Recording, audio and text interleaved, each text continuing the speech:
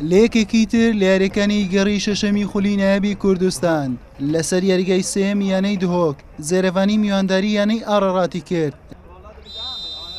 لە نیوەی یەکەم یاریەکە چاوەڕوان دەکرا زێرەڤانی یانەی میوان تێک بشکێنێت، بەڵام وا دەرنەکەوت. هێشەکانی ئاڕات مەترسی زۆری خست بۆ سەر گۆڵی زێرەڤانی لە خولەکی سیونۆ سەفین عەبدولخالق گۆڵێکی نایابی بۆ ئاڕات تۆمار کرد.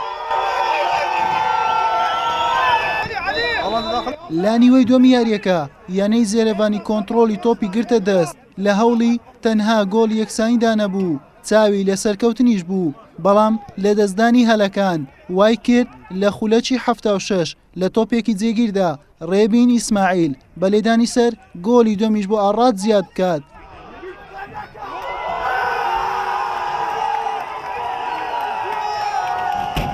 یاری تا کۆتایی بە مەنجامە مایەوە و ئاڕات بە دوو گۆڵی پاک سەرکەوتنی بەسەر زێرەڤانی تۆمار کرد.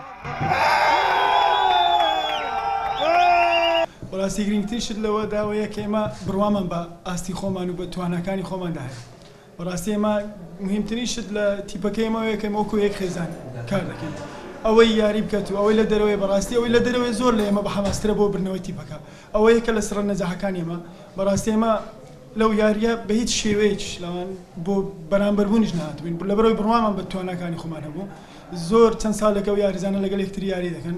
كيف فريق خسارات بيت دائما همي تيج برزل بيت نو كان نتيجه قالك مهمه راستي ابرو سي نقطه جرينج ما دست خدا واللعب همي ديد يعني مع احتراماتي بو قرارات راستهم خسارات بين بس تدي يعني نو دقه دو فرصه بو قرارات شبن مو استغلال كده جول عكسي كم فرصه بو ما شبن ام مسيطر بن لعبه يعني شادو دي هم اخر خوش او تبلجي يعني كا قرارات نقشت اقول ام مرتاح بي ام بتر مسيطر بين بس فيري ديد بشك او حماستر بن تركيزتر بن كلمه بەم ئەنجامە ئاڕەڕات کۆی خاڵەکانی کردە 12 خاڵ و لە خانەی دووەم پێگەی بەهێزتر کرد، تاکەیانەشە لەم وەرزە دووچاری شکست نەبۆتەوە. زێرەڤانیش بە 5 خاڵ لە پلەی شەشەم بەدی دەکرێت. حوسێن محەممەد کەناڵی پێیام.